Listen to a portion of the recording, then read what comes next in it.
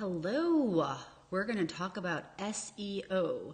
Does search engine optimization, talking about Google rankings and meta descriptions, is all that stuff just scary and confusing to you? SEO does not have to be nearly as complicated or stressful or confusing as a topic as it's usually made out to be. And we're going to start the first of our SEO video series to just kind of help explain what SEO is, what SEO is not, and the kinds of things that you can do as a small business owner or blogger, to get started to optimize your website for search. My name is Liz Jostis, and I own Eli Rose Social Media. And we help small business owners and independent professionals with all of their online marketing needs. Personally, for our business, we get basically all of our leads from search. So I feel like, when you know that you see the power of what SEO can do for you, and the just passive organic leads that are coming in, or website traffic, or they're finding a blog post that you wrote to help explain something that helps educate that potential customer. That's how you, potential customers come to learn about you and get to know about you, and then eventually become your customers. So SEO and blogging, which I'm also a big fan of if you've watched other videos, has been tremendous for our business success. And we offer SEO services and SEO training to our customers too, for those people who do want to go ahead and try to take advantage of that. The good thing is, if you are an administrator on your website, there's probably some, if not lots, of things that you can do to optimize it for search. To some extent, your website SEO is going to be dictated on whatever kind of website platform, or more officially called a CMS, that you have your website built on. So there are varying degrees of SEO capabilities depending upon what your website is. I have optimized, I don't even know how many different kinds of website platforms at this point. Most commonly, it's WordPress, and WordPress is also very considered a very, very good CMS for SEO. But everything from like GoDaddy Website Builder, Expression Engine, Squarespace, proprietary platforms, and just all sorts of things in between. So there are lots of elements of SEO as far as your website goes, and we will talk about that, but it's also important to know that you can do stuff to help your business and your website rank well that has nothing to do with your website at all. So, for example, your social media profiles are ranked very highly in Google or Bing or Yahoo. They do favor those profiles. So those social media profiles, hey Rhoda, those social media profiles are also going to rank well for your business. So assuming you do optimize your website, you might have your Facebook page that also ranks well, and your Twitter account, and your Google Plus profile, and your LinkedIn company page, et cetera, et cetera. So speaking of Google Plus, which then eventually became Google My Business, one of the places you do want to have, make sure that you have your business listed is with Google. So if you have some kind of brick and mortar location, you want to make sure you have that map listing with Google. If you have a P.O. box, you can't get that map listing. And I understand for those people who work out of your home, you don't not necessarily have your house and the front of your house showing up on Google for your business listing. If you do have a UPS box, it seems to be the one workaround, or at least has been for several years, because with your UPS box, you get an actual street address, and Google will accept that. With your Google listing, not only do you get that map dot, that little red blip that shows up on the map, but you have an opportunity to basically tell Google, here's my business name, here's what I'm all about, here's all my contact information, here's a couple pictures that relate to my business, and there's more stuff you can do with that. If you're posting to Google, you would actually then be able to post fresh content to that Google listing, which is wonderful for you as well, because if people are finding your business on Google, they're seeing that it's a relevant, updated, current profile for your business, which obviously would, look positively on your business. Talking about your Google listing naturally brings up the whole directory listing thing. Directory listings of all kinds were really popular 5, 6, 7, 8, 10 years ago. Most directory listings are considered like just low quality, kind of spammy. They're not going to necessarily help you to just be listed in a whole bunch of directories for the sake of being listed in directories. The way to kind of know if your directory is going to be worthwhile is it can be either a really mainstream directory, like you're listed with the Yellow Pages, for example, because that's a well-respected directory site. Depending on the nature of your business, the industry of your business, certain industry-specific directories are going to be good for you. So say if you're in hospitality, restaurants, food, bars, travel, you're going to have like, say, TripAdvisor listings or Yelp listings or, those kinds of things. So again, it just depends what it is that your business is about, but you at least have an idea. You want to have, if you're going to list your business somewhere, you want it to be something that everyone knows about and considers a good source for information on businesses in that various industry. So social media directories, those are two examples of, off of your website, ways to impact your search rankings. So as far as your website goes, there are things that you do with the content on your page that just a website visitor who is reading a website page of yours or a blog post of yours, there's stuff that they can see. So you do want to make sure you're actually, utilizing your keywords that you've researched and you want to rank for on your website page in just the regular content. In those headings that you can add, there's a way to give word value to your images, because an image on its own, Google and Bing and Yahoo, those spiders or bots, they don't really know what to do with those images. Adding links in between other pages or blog posts on your site, that can also help as far as SEO goes. So those are the kinds of things that just sort of the average user sees. A lot of the work that you're doing is actually done kind of behind the scenes, and that's where your CMS comes into play. So the big things with search in Google results or Bing or Yahoo are your title tag and your meta description. So I'm going to click over and show you something in my browser really quickly so you can have an idea of what this is. So when you see when you do any kind of search, whatever keyword phrase or search phrase that you're putting into the Google search bar, and then you hit enter, and then it brings up, all those results that have to do with whatever that keyword phrase is. Naturally, at the top, you have ads, and you can see here, it says ad next to it. So these top 4 ads. Yes, you can see that Eli Rose is the first listing on page 1. Thankfully, we have been at the top of page 1 for several years now, and it's like a great thing, but then I almost hesitate kind of saying, hey, everybody, we've been rocking SEO at the same time. But like I said, SEO has been a wonderful thing for our business. So that top line is your title tag. So in this case, it's showing as purple because I've clicked through on that listing before. If you haven't clicked through, it's going to show as blue. So that is your title tag. And then the light gray text that's underneath that is your meta description. So a couple things to know about that title tag and meta description. Your title tag is what will get you ranked.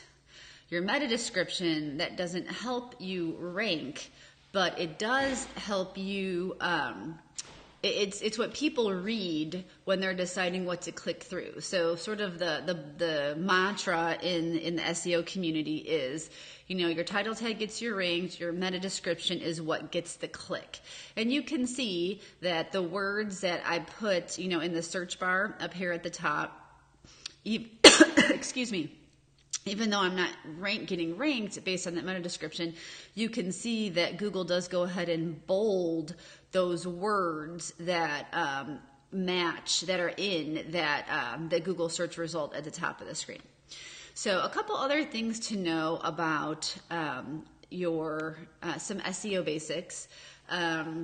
For a long time, this is one of those SEO myths. It was believed, and it was how you were supposed to do SEO for a while. It's just that Google changes. The good thing is Google changes for the better. It's easier now, I think, for just the average Joe to optimize their website, their individual pages and blog posts, because each page and each blog post, you want to optimize for a different keyword phrase. So we're not copying and pasting and doing the same title tag and same meta description across your site. So it is easier now because Google understands natural keyword or just conversational variations would probably be a better way to explain it. So Google knows, for example, that kids are children and kids are your daughter and your son, and that a car is a vehicle, is an automobile, those kinds of things.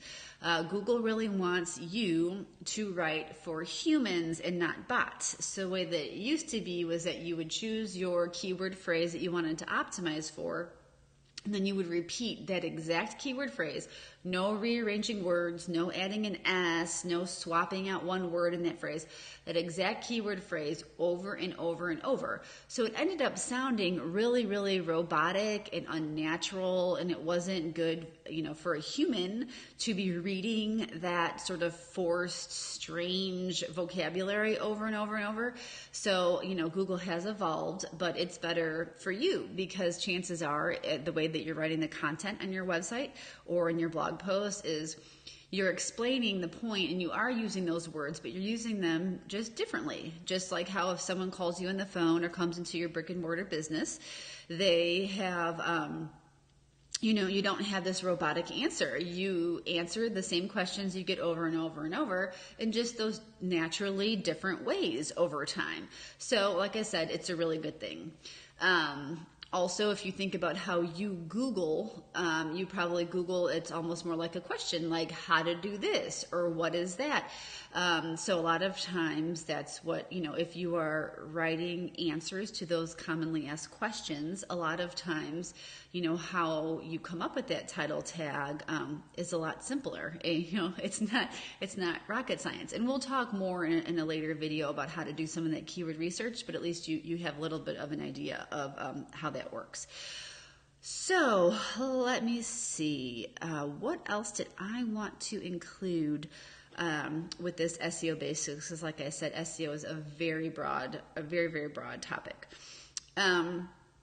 If you have a simple 5-page website, you're not going to be able to, rank on as many keyword phrases as if you have a 10-page website, or if you have a 10-page website plus an online catalog or a blog. So the more links that you have, the more chances you have to rank on different keyword phrases, and the more keyword phrases you rank for, you're kind of casting a wider and wider net in Google. So the wider your net, the better chance you have of bringing more people in. Like I said, we blog, we've really worked on the SEO, but we've been blogging for almost 7 years now, so obviously we have a lot of links and a lot of content that drives traffic back to our site. So you don't want to have crappy content either. And you don't want to have a page that has just a paragraph, because that's not going to do much for you. You do need to have a decent amount of words on a page in order to optimize it and really maximize your chance of ranking, for that keyword phrase. So you don't want to just throw up a bunch of links just for the sake of throwing up a bunch of links, because that's not going to do anything for you either. But it is important that, if you have a page, because if you think about it from a customer standpoint, is one paragraph of information probably really doing them very much good? No, it's not. So, I like to tell people, you really need to get kind of your content in order on your website. Make sure that's beefed up and written well before you're, worrying too much about some of the optimization. But the good thing is, you can go in on the back end of your website. Again, it's going to vary a little bit depending on what your CMS is. But even if you don't have full optimization capabilities, you probably have some. Most websites have something that you can do. They're usually built-in fields that says, like title tag goes here, meta description goes here, and that would be on sort of like your edit page or your edit blog post view. So wherever you're writing that content for that page and that blog post, you're going to be able to find whatever SEO capabilities, you have there. So, So that is stuff that is, like I said, the behind the scenes stuff, and that title tag and meta description that you add to those website pages or those blog posts. That's what Google matches, as you saw in my example. That title tag and that meta description is what I've added. Hey, Amanda, is what I've added to like the homepage of the website. So that is how, the way that I usually describe SEO is, I say it's like, the I guess classic now game show, and you're asking what the survey says, Family Feud, because you're trying to figure out how would people search for what it is that I'm writing about on this page. And that's the kind of information that you're putting in for your title tag and your meta description. And that's the kind of information you're using for your headings and your alt tag and all that kind of stuff. And like I said, this is a broad subject, and we'll get into this more deeply in future videos. But because you, as a website administrator, can go in there and stick in your own title tags and meta descriptions, there's nothing that's preventing you from trying. If you're going in there and you're editing the contents, you're writing new content for your about page, or you're updating the menu for your restaurant, or whatever the case may be, go in there, see if you can find, your title tag and meta description sections, and go ahead and try.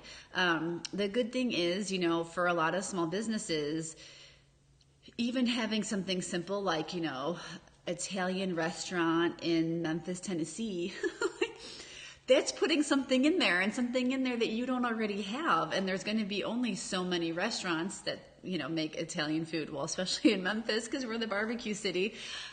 So if you're doing that and no one else is, there's a good chance that you're going to be able to easily outrank your competitors. I find that because SEO is so scary and overwhelming for so many people, they don't even try. And like I said, just by doing some simple, basic things, because so many people aren't trying, you have a good chance at trying to improve that organic ranking that you have in Google. Exactly, Amanda. Some is better than none.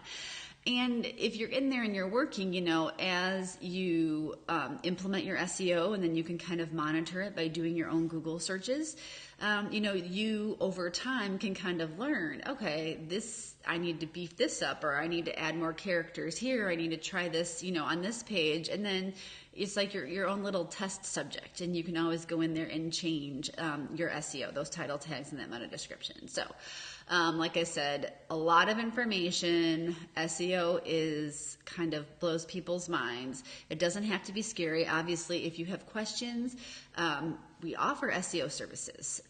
You can have us do a couple pages. You can say, hey, do a couple pages, and then train me how to do it myself, which, I do that a lot for people if they blog, because they can keep practicing their SEO over and over. And you can go ahead and just, try it yourself. It's amazing if you just use Google and you try to do searches that relate to what it is that you sell. See what kind of stuff comes up, and get your own ideas from, those title tags, from the Google search results, because you can see what those title tags are and those meta descriptions are, and then you can use that to then implement on your website.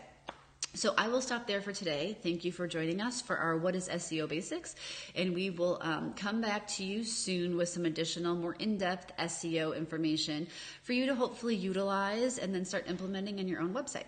Have a great rest of your day. Thanks.